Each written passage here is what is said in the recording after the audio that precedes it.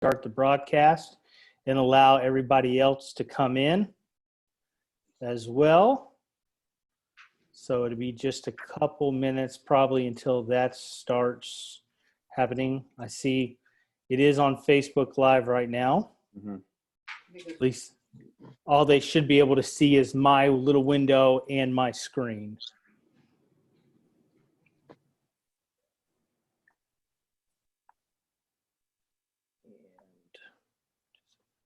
There we go. We have 12 attendees on right now, so that's good. Hello, everybody. If you can see me, this is Josh. Glad you're joining us this afternoon. The people that you're seeing right now on your screens, one is Jacob. If you want to give him a wave, Jacob. And then, of course, the staff. Chase is here. Pastor Brooks is here. Pastor Mike is here, as well as the Children's Pastor Search Committee. They are here as well as our Personnel Committee. And so you should be able to see all of those folks. Everybody else is just will be audio. And so we will get started here in just a moment.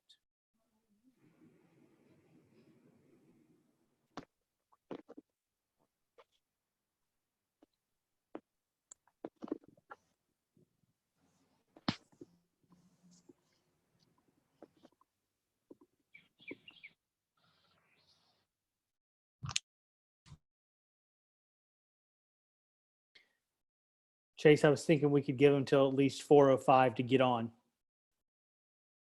Yeah, that's perfect. I mean, that's about the time I was thinking as well. So.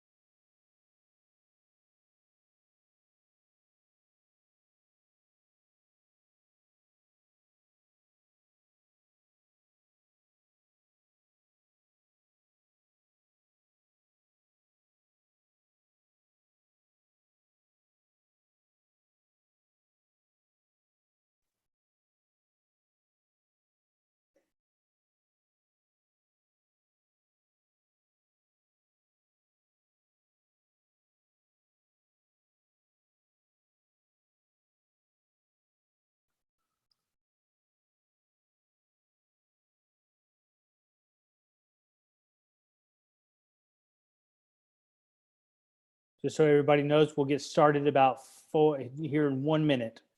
1 minute, we'll get started. If you're joining us on Facebook Live, we welcome you. Thanks for joining with us this afternoon.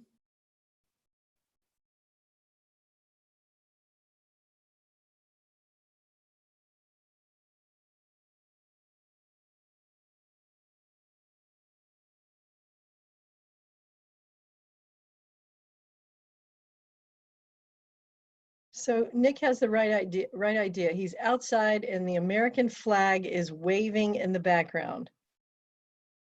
Good job, Nick.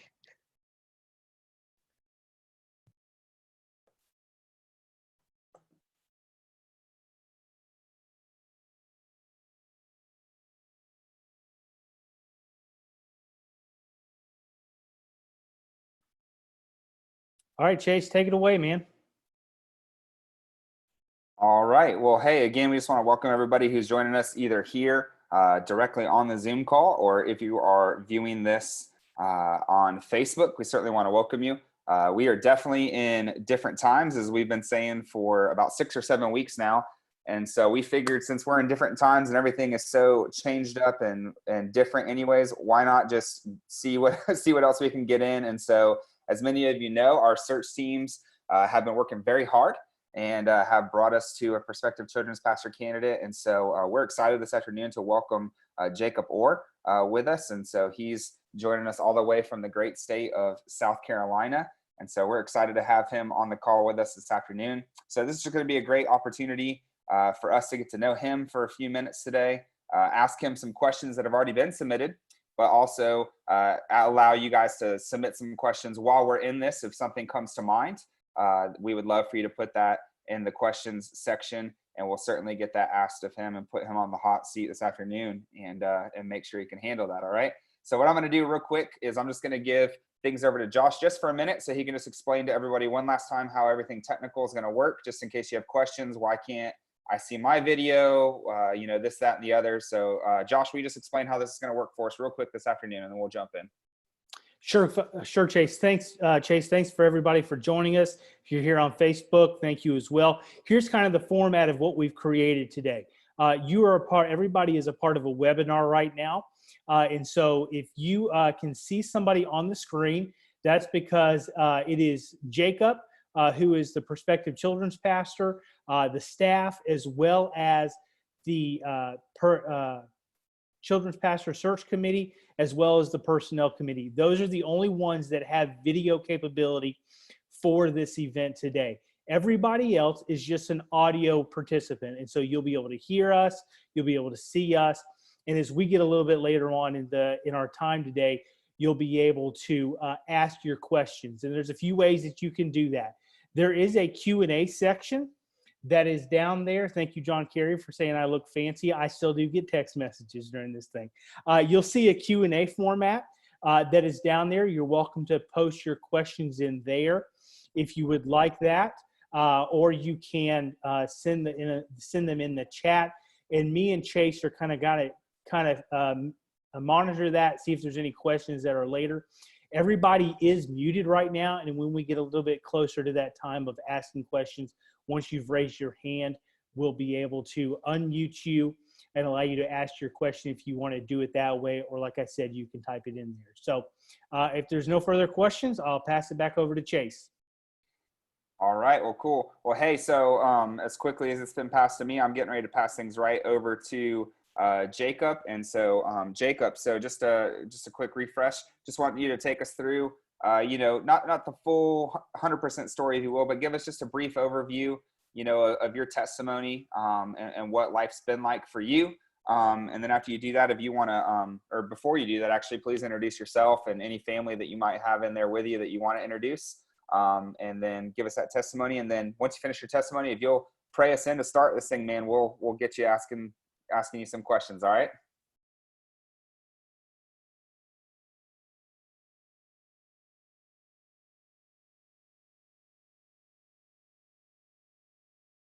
I guess Jacob doesn't know how to unmute himself. There you go. Okay, there we go. Can you hear me now? All right. Well, thanks for having me. I know that this is kind of awkward, but that's okay. I'm an awkward kind of guy, and we're just going to roll with that. I want to introduce myself. I'm Jacob and my family. I'm going to bring them into the shot for just a second. This is Truly. Say hey, Truly. Hi. All right. And she's my youngest. My middle child is Bannon. Say hey, Bannon. Hi. And my oldest is handsome man is Philip Bryan. Say hey, Philip Bryan. Hi. All right. And last but not least is my beautiful wife, Sarah. Hey guys, nice to meet you. Well, just a little bit about myself and my story. I grew up in a Christian household. My parents were both believers. In fact, when I was still at a young age, my dad answered his vocational call into ministry. So I knew at a young age, I was about second grade when I realized that I was a sinner in need of a savior. And I remember vividly sitting down with my pastor and him walking through the plan of salvation with me and praying with me as I received Christ at that young age. It's one of the reasons I'm so passionate about children's ministry is I want to pass on that same firm foundation that I received at a young age of the gospel to the next generation. So I was saved at that young age. I distinctly remember the Holy Spirit coming into me to be my counselor, my guide, my friend. And then I've been involved in children's ministry pretty much ever since I was a youth. Yeah, so I've been involved in VBS and children's camps. I worked all through high school and college at a Baptist summer camp, getting to lead kids to Christ. That was a really exciting time for me. I've led children's ministries in various parts on mission trips in various parts of the Southeast and in Central America. I traveled all over the Southeast in college, leading worship through drama on a ministry team. And then I accepted my vocational call in the ministry at the age of 22, when I became the associate pastor of families with children here at our local church. So that's the very brief nutshell of how I came to Christ, how I got involved in ministry, where that came from, where it's taken me. So I'd love to answer these questions today as best as I can. I hope you guys will be gracious with me and patient with me as I answer these questions. But before I do that, let's go ahead and have a word of prayer. Father, thank you so much for your goodness, for the way that you provide for us, even in times where we are socially distant. You provided a means for us to meet and to gather as a body. God, I ask that you, being holy and righteous and awesome, would come into this meeting and be in the midst of us, Lord, that your spirit would move, that you would grant us all wisdom and knowledge as we reflect, as we listen, as we speak. God, that you would be in the midst of us and that you would be glorified above all things. And we ask this in Christ's name. Amen. Chase, I'm going to turn it back over to you.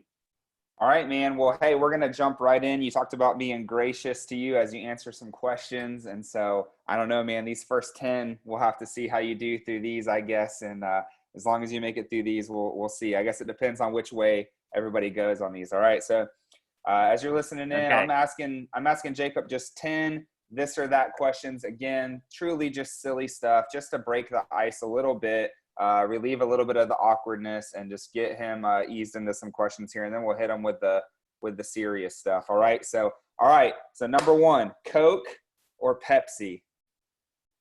Coke, cherry preferably. Not just Coke, but cherry. All right, there you go. Good. All right. So far we're doing okay, depending on where you're at on that, I guess. All right. Number two, Skittles or M&Ms? M&Ms all the way. Okay. All right. Number three, Star Wars or Marvel? Ooh, that one's a little tougher. I agree. I'm gonna go with Marvel on this. Okay. All right. So probably made quite a few people happy, but let me ask, because I'm the same. I'm that's a tough one for me to answer as well. Is there a specific reason that pulls you towards Marvel? I love the span of the Marvel universe, that it spans all the movies. I think that's just a really interesting concept. And then, it's they're both escapism, but yeah, I just think Marvel is a little more wider. It's a little more, talking about Earth, not in a galaxy far, far away and a long time ago. So I'm going with Marvel. All right. No, hey, respect. I just have to know the reason for the answer. Okay. All right. So number four, something that's been controversial, at least in 2019. Are you sticking with the Chick-fil-A chicken sandwich, or are you switching over to the Popeyes chicken sandwich? I just recently tried the Popeyes chicken sandwich, and it's good, but I'm sticking with Chick-fil-A. That's a pretty standard response. I mean, it's good, but I mean, I think for sure if you want to stay in pastoral ministry, you have to answer Chick-fil-A, because I'm pretty sure it takes some points off of you, if you choose the other. So Yeah, you got to be wise in your answers. it is good though. I've had it a couple of times, and it's pretty killer. All right. It's a hefty sandwich. That it is. It is a hefty sandwich. You're right. All right. Next one. Beach or mountains? Oh, beach. It's my happy place. Hey, okay. All right. That's good. Okay. Not that you probably like doing either one of these things, but you got a day at home. There's things that got to be done around the house. Both laundry needs to be done and dishes. So which one are you picking, laundry or dishes? I'm going to be careful in my answer because Sarah's sitting right beside me. She might use this to her advantage, but I'm going to say laundry. Okay. All right. That's pretty good. Okay, next one. We got to ask this because, I mean, well, right now they're closed down, but pretty soon you're going to be moving, to the Central Florida area. So you're going to have some options. So are you a theme park guy or a water park guy? Ooh, that's another tough one. I'm going to go with theme park. Theme Okay. park. I think you can get the best of all the worlds there, the theme park. Okay. If you want to get a little wet, you've got an option somewhere. That's a good point. That's a good point. I like that. All right, number 8. This one could get a little tricky here. All right, so cups in the cabinet. I don't care if it's you putting them in there or if it's you reaching for a drink, but if you open your kitchen cabinet to grab a cup, do you prefer for them to be upside down or right side up? Upside down. Upside down, okay. So the water can drip out of them so there's no nasty Every residue. time, upside down. I don't know who the crazy person is that puts them right side up. There's got to be somebody listening in this or on video. Because if you have to Ashley grab does. and Oh. if you touch multiple cups, then you're touching the lip of the cup where people are drinking, Ooh. and that's just disgusting. I can tell that's something. Look, that's a touchy subject in the Carey house. I can tell already. Okay. All right. Number 9. Are you an early bird or are you a night owl? I'm not an early bird. I'm a night owl. Night owl. Okay. All right. And then last one. If I had to choose, I'm really the afternoon. So Okay. I like to get up late and go to bed early. There you go. I feel you. All right. And then last kind of just silly this or that question for you is, are you spontaneous or are you a planner? Oh, depends on what it is. I like to be spontaneous, but I like to have all my options out there first. Okay. Yeah, no, for sure. Well, good. So like I said, just some simple ways to kind of break the ice. You may have thought that was completely irrelevant. And if you did, that's okay. But just wanted to kind of ease into this this afternoon with Jacob and just let everybody see that he's a normal person. Like most of the rest of us on staff, pretty normal for the most part. And so just wanted you to get to know him a little bit. And so we're going to just jump into some questions that have been submitted through email first, Jacob. And then Okay. once we get through those, then if there's some more that pop up in the Q&A section of this, and we'll get to those as well. So you talked about your you coming to salvation in Jesus Christ, and then at 22 surrendering your life to full-time vocational ministry. So just tell us a little bit about, one of the questions is how are you sensing God calling you to First Baptist Church Umatilla? So as you've been seeking and as you've been praying, what have you felt like God's telling you as far as coming to First Baptist Church Umatilla? Yeah, and I think this is a question probably Sarah can answer better than I could, but because it's something that we've been praying through together and seeking the Lord over together in our marriage. And God's been really clear about his yeses and clear about his nos. He's shut multiple doors, in the last several months to us. But he's always opened the right doors at the right time for us. He's always been faithful in that. He's shown his faithfulness time and time again. So I see him leading me, not in just those big decisions, but also daily in the small decisions as well, as he leads and guides me. But yeah, he's been very clear about his yeses and clear about his nos. And so this is just the next evident step for us to take. Okay, definitely. Good stuff. Then the next question is this, probably as briefly as you can, if there is, some info to give to this. Our next question was to the effect of, just wanting to know about your family growing up. So as a child, your parents, if you had siblings, so your family, but not just we want to get to know about your childhood growing up, but how did that impact you as far as following Jesus and as far as maybe ultimately your decision into going into ministry? Okay. Yeah. It was a big influencer for me. Like I said, I was raised in a Christian household. Both my parents were believers. I'm the youngest of 3 boys. So I was the last in my family to receive Christ. My brothers were made that decision before me.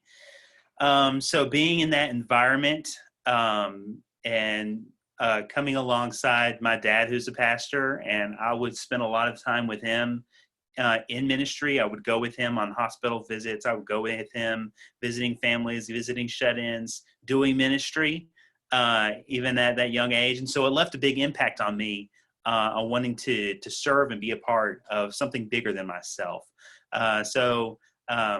It played a huge role in my my shift into full-time ministry. It's part of my DNA, I feel like. For sure. And so part of that question too is, how do you think your family dynamic growing up, and so obviously being in ministry yourself as a kid growing up, how has that helped maybe shape or form how you do children's ministry today? Yeah. So I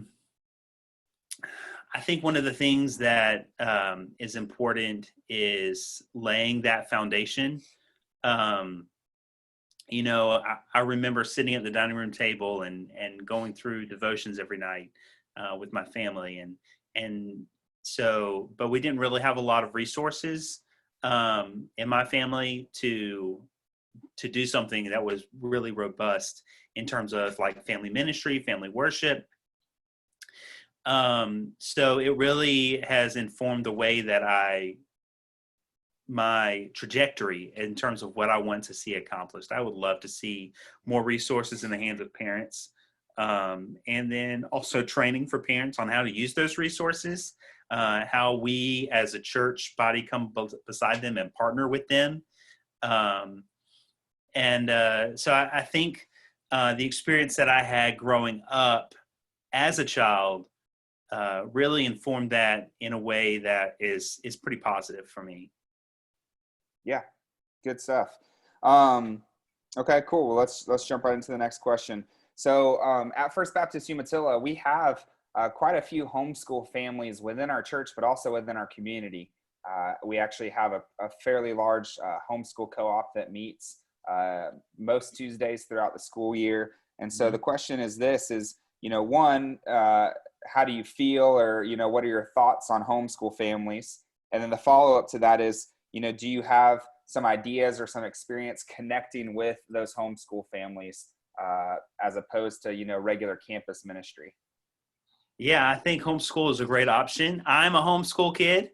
I was homeschooled during my high school years, so I can definitely commiserate with the struggle of staying connected and being a part of a community, because I lived that during those years. It is what you make it in a lot of ways. It was for us. I used that time to be involved in my community through serving in the state guard and doing disaster relief. I was part of a community jazz band. So it is an opportunity for those families to really be involved in some aspects of the community that, otherwise school would just take over in the public or private setting. And I had that opportunity to kind of branch out and really be a part of the broader community because of homeschool. You're not really ostracized if you put yourself out there. In terms of getting families connected, I think life groups are crucial. For me personally, for us, Sarah and I, we want to see the other members of our life group be the spiritual aunts and uncles of our kids. When Moses was laying out the first family ministry plan in Deuteronomy 6, he wasn't speaking to just parents to teach your kids. He was speaking to the whole of Israel. And so I think life groups can play a critical role in connecting these families to other believers, and to some real spiritual nourishment and leadership. So that would be one way that I would encourage homeschool families to really get connected, is through life groups. Yeah, absolutely. And I think you'll find that the vast majority of them are already doing that, but we always need to continue to plug more people in. And so I think that's good. I think that's fair for sure. All right, awesome. So next question that we have here that was emailed in, who is the person that you look up to in ministry, the most, maybe that you've worked with personally, would be preferable, and why do you look up to them? Yeah, so there's a lot of names that come to mind. people that you wouldn't know that, aren't best-selling book authors or mega church pastors, but that have had an impact on me.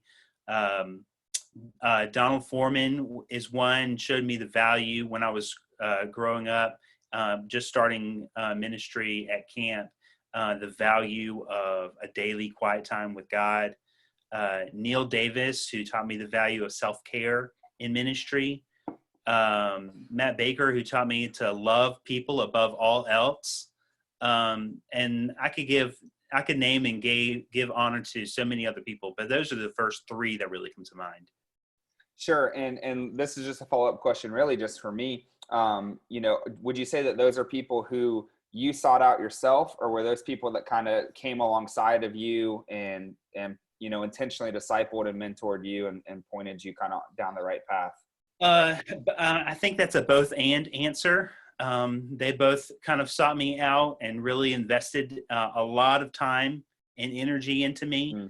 But also that's something that I would bring myself up alongside them to do ministry together. So I think it's a both and. Sure. No, and that's a great answer. And the reason I asked that, I mean, for both you and I, working in next gen ministry, I think it's a constant reminder that we're always telling, students and children to find people to mentor them and to disciple them. Obviously that starts with their parents and their family, but even sometimes outside of that, who can pour into you spiritually. But I think it's a good reminder for those adults who are on the call or who may be listening that, I think all of us who are where we're at now in our walk with Christ can look back and point to those 2 or 3 or 4 or 5 people who intentionally sought us out and said, hey, if this is something you're interested in, I'm willing to give of my time and my effort and my energy to invest in you. And so I would just want to use that just as an encouragement for those listening that, all of us have those people and need more of those people in our life who are willing to do that. So just a random thought for us there. Absolutely. Let me ask you this question, the next one that was sent in. What would you say is one of your greatest struggles or maybe even a frustration in ministry? Yeah, I think one of the biggest things that I struggle with is fear of man. I care about how I'm perceived and how people take me. I care more about, or I struggle to care about working unto the Lord rather than to man and glorifying God. So fear of man is definitely something that I struggle with personally, or have struggled with in the past when it comes to ministry. Not to make myself look large, but to make myself small, to decrease so that Christ can increase. So fear of man would definitely be a big a struggle for me in terms of ministry. Yeah. I mean, I think if we're honest, probably all of us can relate to that in some way or another. There's no doubt. So, okay, awesome. So next question here is, and this may be hard to gauge, but maybe not. Maybe you've got a great gauge on it. I have no idea. How much time would you say, you spend a week personally studying and reflecting and maybe time in prayer with God? I know that can sometimes be a fine line between how much are you studying and preparing for a message or a series versus how much are you, personally seeking after the Lord. So shed some light on that for us, Jacob. Yeah, so it's a daily walk. It's a daily thing. I try to spend at least 30 minutes in the Word and in prayer, just being quiet before the Lord. And that may look differently on the weekend, during the week, and the chaos and the hectic of a house with 3 little ones, and then getting kids off to school. So it might not look like I get up at 6 o'clock in the morning every morning. It may look like I'm spending my lunch hour sitting in my car with my Bible and just spending some time with the Lord. Try to pray persistently, pray without ceasing, whispering breath prayers on the go, or just taking those times that I can just find myself to get away throughout the day to just pray over what's ever happening in my life during that time. Yeah, just like a lot of believers, it can be a struggle to find that time because it's always go, go, go in our world. But just the importance of stepping back being quiet for just a few minutes before the Lord is something that's really crucial, really important. You know, prayer is the ministry. You know, you can't do anything apart from prayer. And so praying and praying as you work, as you go, and then praying for the Lord to bless that is something that I seek to do daily. Yeah, there's no doubt. And that's the great thing is there's no magic number anyone's trying to hit on, all right, I said an X number of prayers for the day, or I spent 15 minutes in the word, or 45 minutes or 4 hours, right? It's the intent, and it's the heart of seeking after God's face daily. And so I love it. That's a great answer there.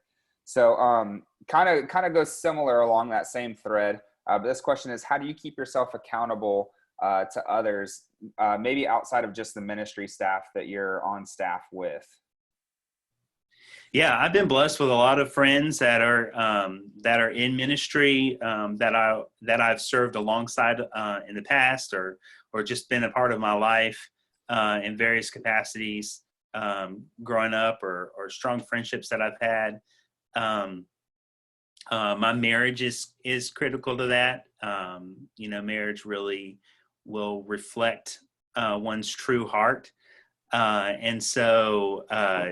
Sarah really keeps me accountable in being the spiritual leader of our household, but also just a lot of genuine friendships that I've been able to make over the years has played a key role in keeping me accountable, keeping me encouraged, uplifted, walking alongside me daily or weekly or monthly, whatever it is. So those relationships that, you know, because life happens in community, it's in discipleship, it happens in relationships. So it's those relationships that come to mind that have really played a key part in keeping me accountable to the Lord. That's good.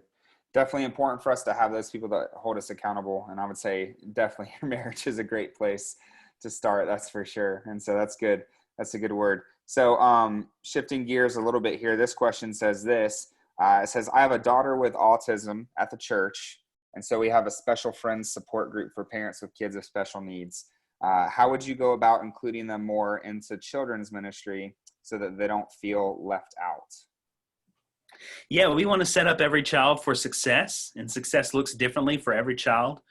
And I think it's great that we have a special designated place, a safe space for kids with special needs to go to be in their own place, that is a kind of away from the chaos and the noise of a large group of kids, whatever the case may be.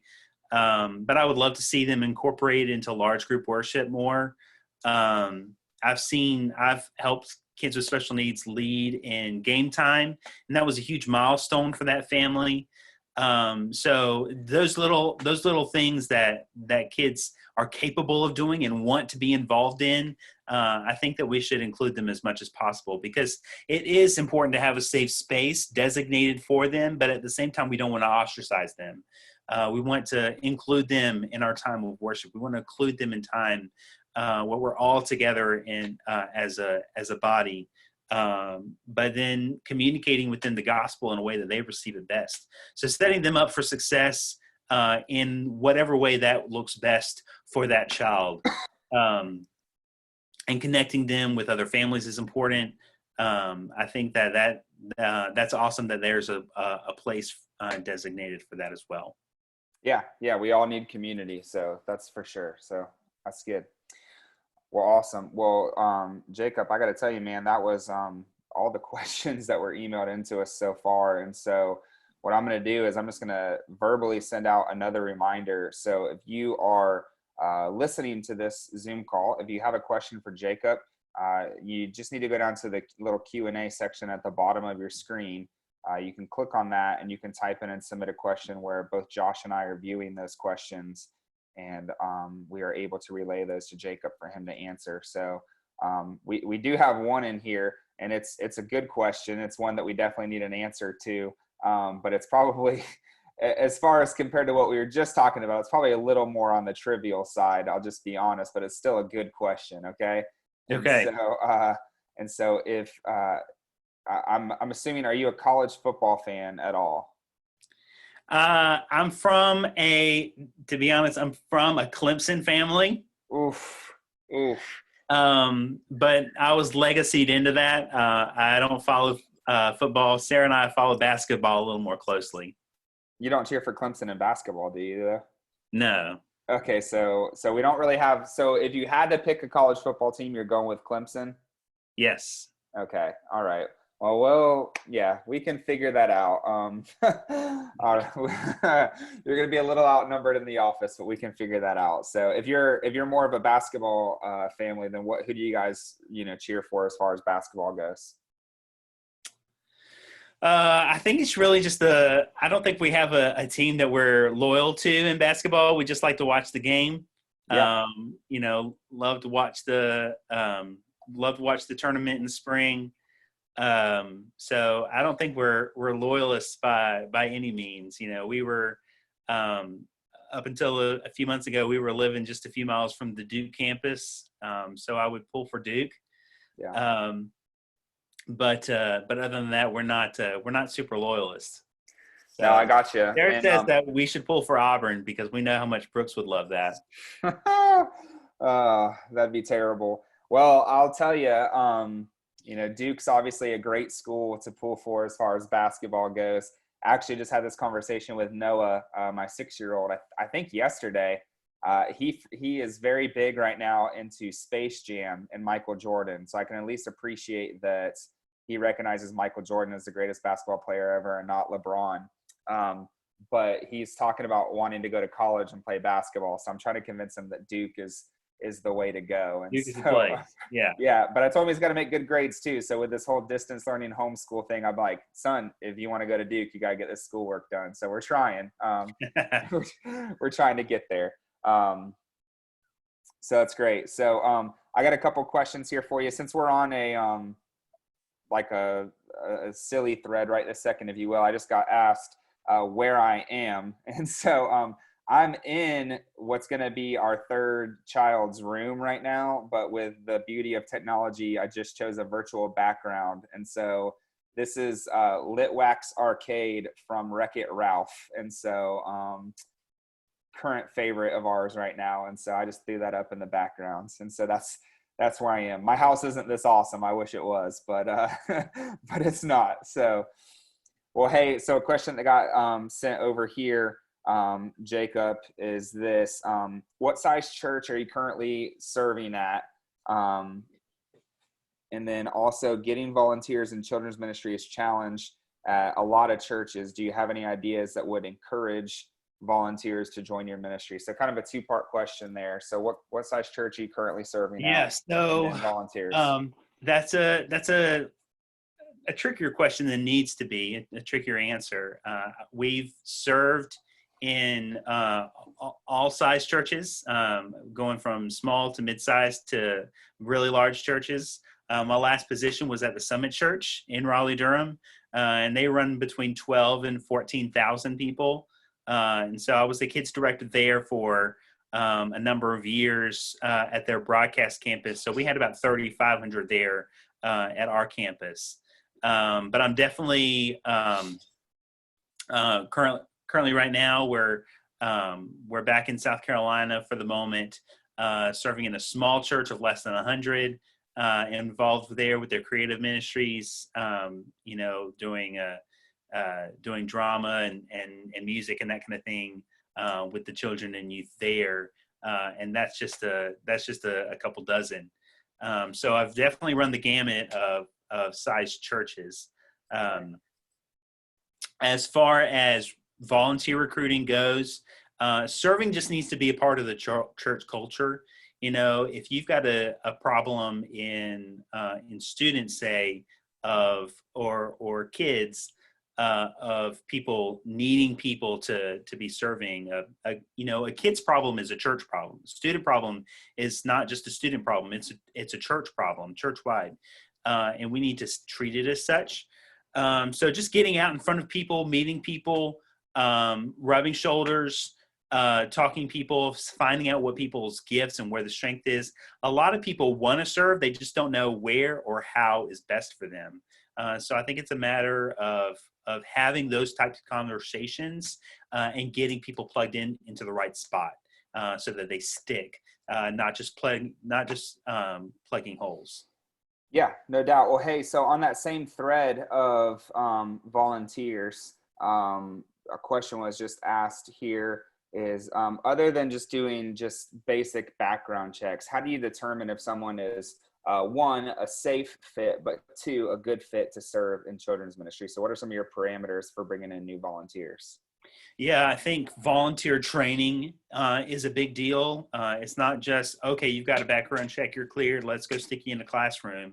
It's really using the opportunity to share the vision of why we're doing what we're doing, and having eyes, always having eyes for, because people don't, if they're going to be there with not good intentions, they don't want you to be looking over their shoulder all the time. So checking in on classrooms regularly, having leadership type in place where that happens, parameters of never being left alone with a child, always having more than one leader in there with kids, is because the safety and security of our kids is a top priority for us. So 100% of your body needs to be seen 100% of the time by another leader. So to keep you accountable, but also to keep away the risk of there being any accusation for the church as well. So I think those are some parameters that I keep in place just to guard the church and to guard our kids. Yeah, no doubt. And I know you would agree too, Jacob. I mean, the longer, children's ministry, student ministry continues to progress forward, the more, things change and ebb and flow and more parameters, are put into place. And so that's good stuff. Definitely constantly want to be above reproach. That's for sure. So that's good. All right, awesome. I'm reading through. So since I verbally said something, man, now we're getting like all the questions. So I hope you got, your seatbelt on there. And so Hey, Chase, I've got one person that's raised their hand as well as an attendee. Oh, so okay. It looks like it's a Chris. So I'm going to open up your microphone and you're welcome to ask your question if that's what you wanted to do.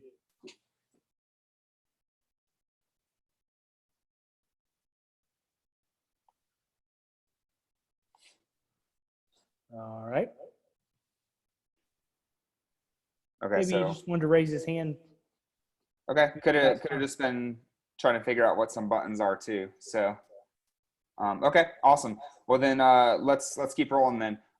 So Jacob, this question kind of bounces back a little bit to the homeschool stuff that was asked earlier as far as ministering to homeschool families.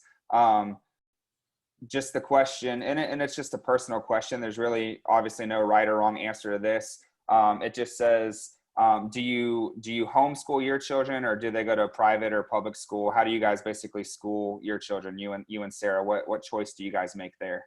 Yeah. So part of the way we make that decision is based on the school systems, and the needs of the child. Currently, our kids are all in public school. We've got a great public school system here. Previously, they were in a charter school and in a private preschool. So it's just a matter of where we are, what that child needs. Currently, they're all in public school. All right, awesome. And so just sticking along the same theme of education, if you will, I'm also, just so everybody knows, I'm extreme multitasking because I've got the chat going on, I've got the Q&A, and then people are also now texting me questions. So this is like wild right now. So I'm going to need a nap after this. I was also texted in the question just to ask a little bit about your education. College, degree, what's it in, highest level. Just tell us a little bit about higher education, if you will. Yeah, so I went to school at North Greenville University. That's actually where Sarah and I met. I studied media ministry there, so some of what Josh is doing. It's been almost 15 years now, 14 years. So I've not stayed up to date on all the media stuff, but definitely did a lot of training in terms of church media, and then how that relates to like missions. And then I did a lot of pastoral training through seminary extension, pastoral certification there through seminary extension at Southeastern. Awesome. And so just speaking of pastoral training and ministry and things like that, so how you went and you surrendered your life to full-time ministry at 22. So how long have you been doing full-time ministry now? How many years has that been? 14 years. Awesome. Yeah. I don't know how old I am, so. And all of those in I keep children's it- ministry, or? It's always been children and youth. Yeah. Okay. Yeah. Always with a bent towards children's ministry. It's not something I'm ever planning on. It's not something I plan on leaving or moving on from. It's part of my DNA. It's what I love.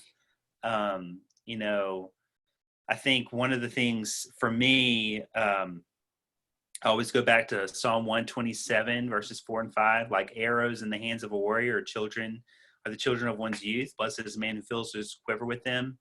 You know, that really informs my philosophy of ministry.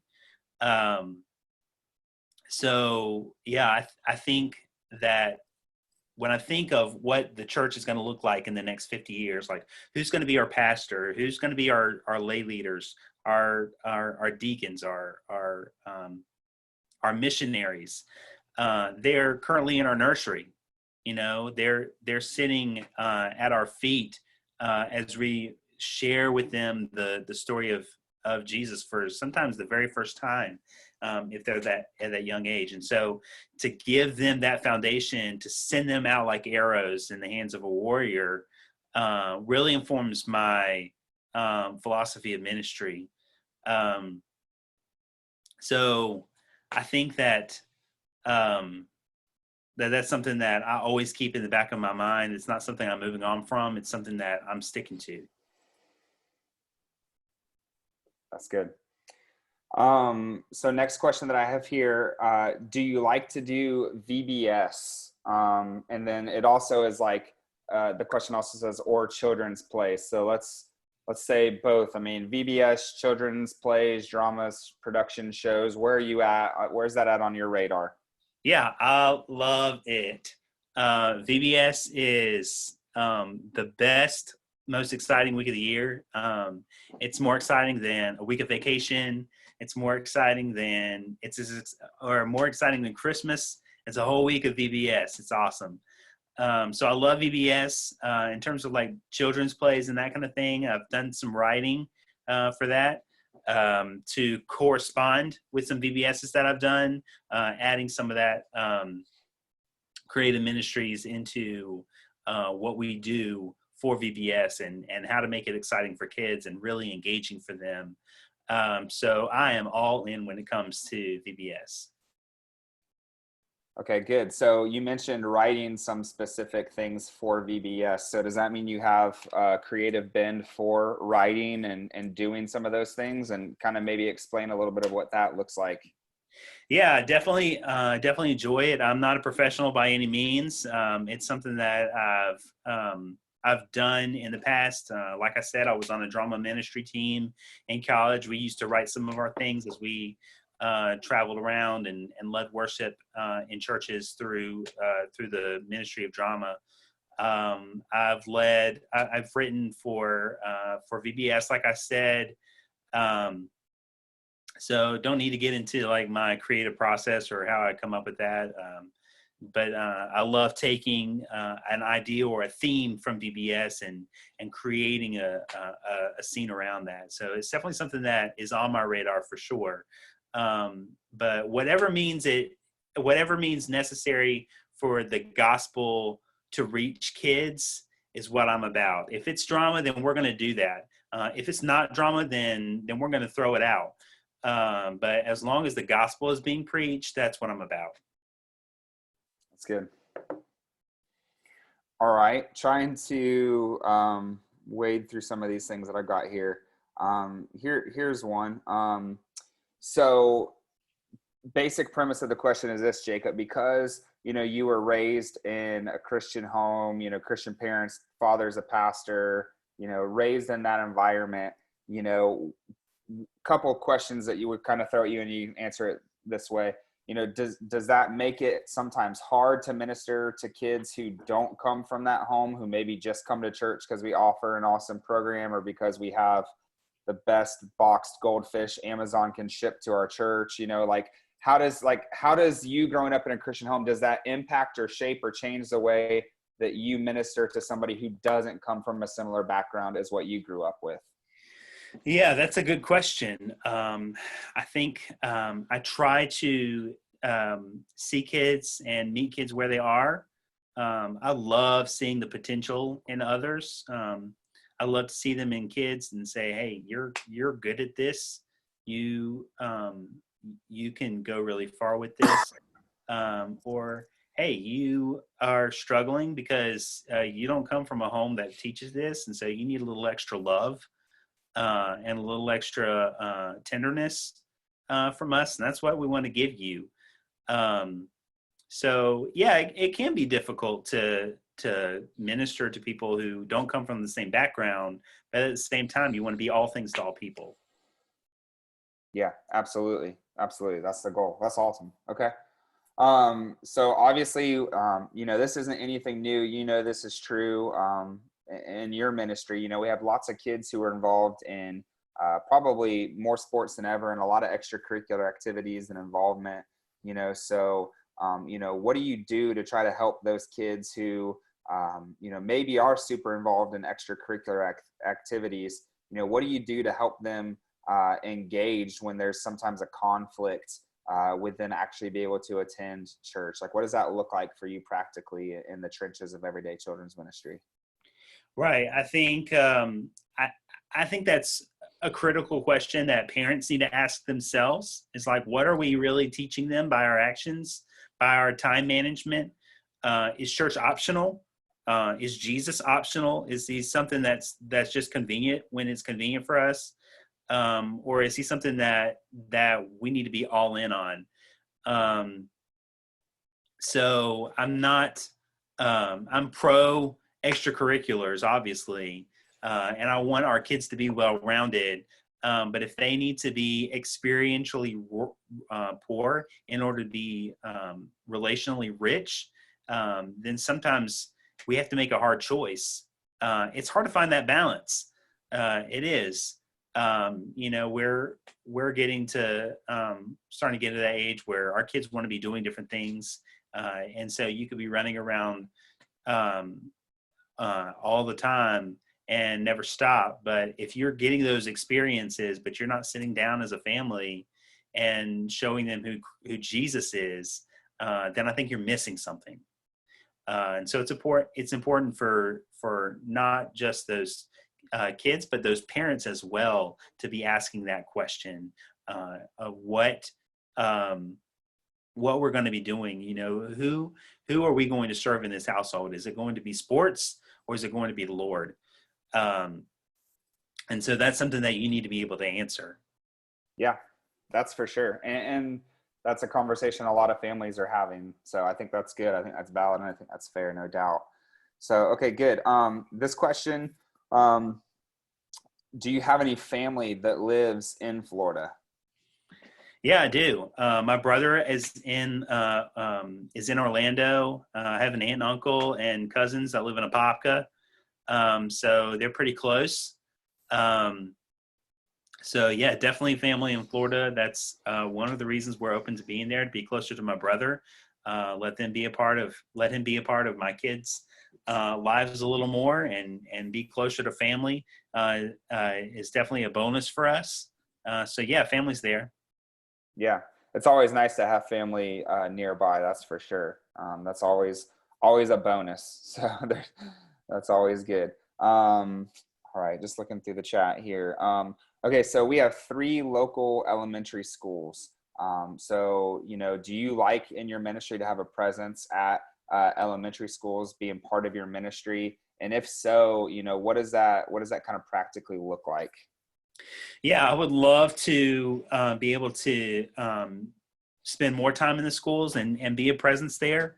That could look like just showing up to the office and bringing breakfast for the ladies in the office and saying, hey, how can I serve you? And being part of the school. It could be being in the classrooms, reading to kids, helping with homework, or just cheering kids on at games. But being there, being available, making yourself seen, making yourself known, is something I would love to see a little bit more of. And that's not always up to me, but others in the community as well, others in the church family. It's not always up to the pastor to do these things. We should be leading, of course, by our example. But it's also about bringing others alongside you and like, this is how we do it. You know what I mean? Yeah, absolutely. We obviously know, man, families and children definitely love it when you step into their real day, everyday life, when you're there on the scene with what they're doing. And so that's awesome. Next question. And I'm not sure where you're at on this one. Do you play any instruments? This might be a trick question, so I don't know. Yeah, so I taught myself piano when I was 16. So I play by ear. I'm not a professional musician by any means, but I do enjoy music. So I play the piano a little bit. Okay, awesome. Now, can you sing and play the piano? Are you that talented? I do. I don't know if can is the best word. Okay. All right. Fair enough. Hey, got to be honest. All right. That's good. Okay. Another question that just got sent in here is Sarah, your wife, what does she do? Does she have a career? Does she work outside the home? What does that look like for you guys? Yeah. So, she's currently a teacher. She teaches high school. She teaches Bible at the Christian school where we are now. Teaches high school students. So she's in the older crowd. I'm with the younger crowd. But for the last 8 years, she's been an administrative assistant for our church up in Raleigh, Durham, serving various ministries there. So yeah, she works outside the home. She's amazing at what she does. Awesome. Well, that's great. Well, good stuff. Well, at this current moment, we've answered all the questions that have been submitted. So we'll give another minute or here to for last minute. If anybody's got a question that they want to send in the Q&A, that would be great if you want to do that. We certainly don't want to take all of Jacob's day, but we want to make sure we get our money's worth out of him in the Q&A time. So if you got a question you want to ask him, please do that.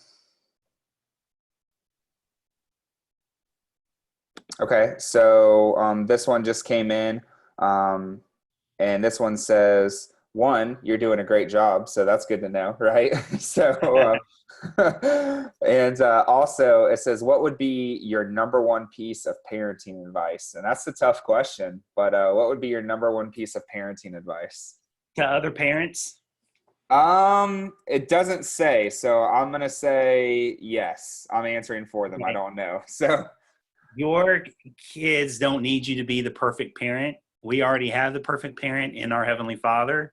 They need you to point them to Christ. So if that means you screw up and you say, hey, I messed up, this is what an apology looks like. This is what asking for forgiveness looks like. Isn't it great that we can ask for forgiveness and receive it? So they don't need a perfect parent, because you're going to fail at that. So don't set yourself up for failure. What they need is for you to point them to Christ. That would be my number one parenting advice for them. Yeah, and obviously that's solid. That's good advice. I think it's good for us to remember that it's okay when the Pinterest recipe doesn't turn out right, and it's okay when the activity that you planned didn't work out the way you envisioned it, in your head, and so that'll be good. And so this next question here, what is your view on media content? And so I'm not sure 100%. I believe that's probably talking about maybe use of media within teaching and curriculum and things like that. So What are your thoughts on that, Jacob? Yeah, I think every kid learns differently. So if we've got an auditory learner, then we want to reach them by them hearing the gospel, by them hearing the lesson, the Bible story for that week. If it's a visual learner, then a video to recap that lesson or to share the gospel is going to be critical in reaching that kid. We've got kinesthetic learners that learn by doing. So connecting those games that we play in a large group setting to the story and say, this is kind of connecting to what we're actually talking about today, meeting each child where they are. So I think media can play a really huge role in reaching kids. We're a very media driven society. So it's not something that is going away. I think it's something that we need to be utilizing for the sake of the gospel. Yeah, I mean, it kind of goes back to all things to all people, right? If we want to make sure we're reaching everybody we possibly can with the gospel, we do that by any means necessary, for sure. So that's good. Hey, so next question, and it's a silly one, and partly it's because they want to get to make sure that they get a good gauge on you, but it's probably partly a dig at me as well, and we'll unpack that in a second. But somebody wants to know if you have ever seen The Greatest Showman, the movie, and if you have, what are your thoughts on it? The Greatest Showman is one of the greatest movies of the last 10 years. So we love The Greatest Showman in our house. My 6-year-old daughter loves musicals. So when we got to take her to see that in theaters, it was a huge moment for me and her. So yeah, Greatest Showman, for it.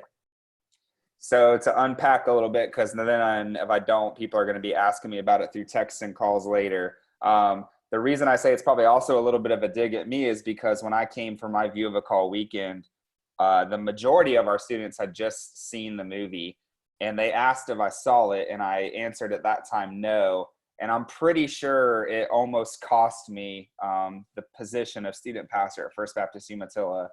And I'm pretty sure it was the reason that I got a no vote, one no vote the weekend of my View of the Call as well. We actually just had a conversation the other night, and that movie got brought up. And I'm kind of at a point in my life now where I haven't seen it yet. And I just think I'm not going to see it, like just to hold out, like just to be He'll remedy that. Don't worry about that. So anyways, well, good. Somebody definitely needed to know if you had seen that. So let me check some more of these questions being put here. So as far as like incentives and just having fun in ministry, which is definitely something we like to do, are you willing to do things? This question specifically says, are you willing to do things like get pied in the face or to be put in a dunk tank? Yep. All right. No hesitation. Good. We just recently did a dunk tank, like just before this whole like lockdown scenario happened. And so we definitely like to have a little bit of fun. So that's for sure. So good. Okay. This question is do you have a curriculum that you like or prefer and why? So why do you like or prefer it? Yeah.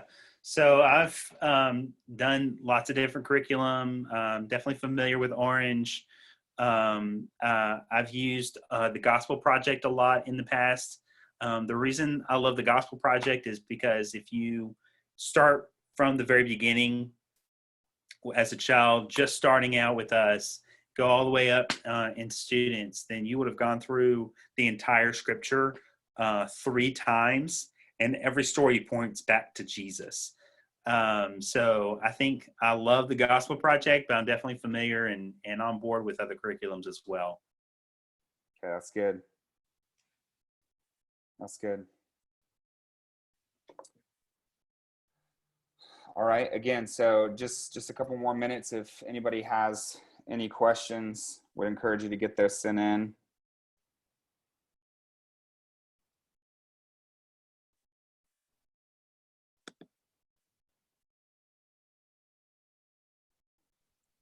I think that's the first time we've been quiet for this whole hour. That's all right. Let's take your space. That's right.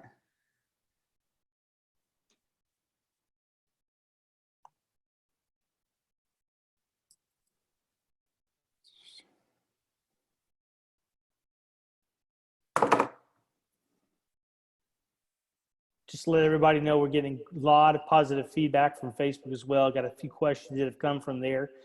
So we're making sure those are getting answered. But appreciate all the participation coming from Facebook as well.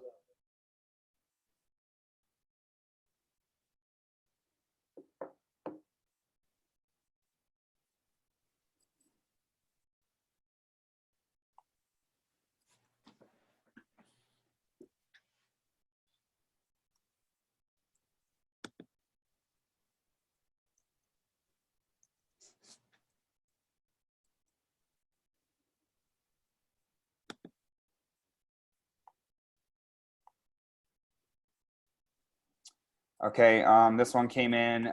Do you like trunk or treats? So the event Trunk or Treat, typically obviously done in the fall around Halloween. Is that something that you like to do, don't like to do? Thoughts on that? Yeah, that's a good question. Trunk or treat's definitely something I've been a part of in the past.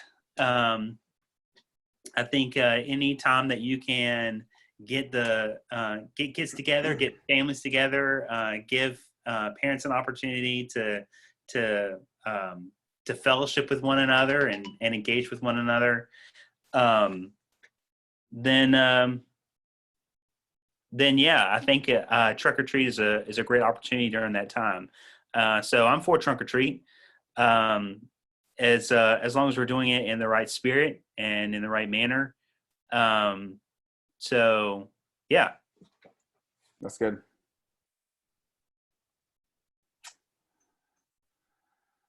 Okay.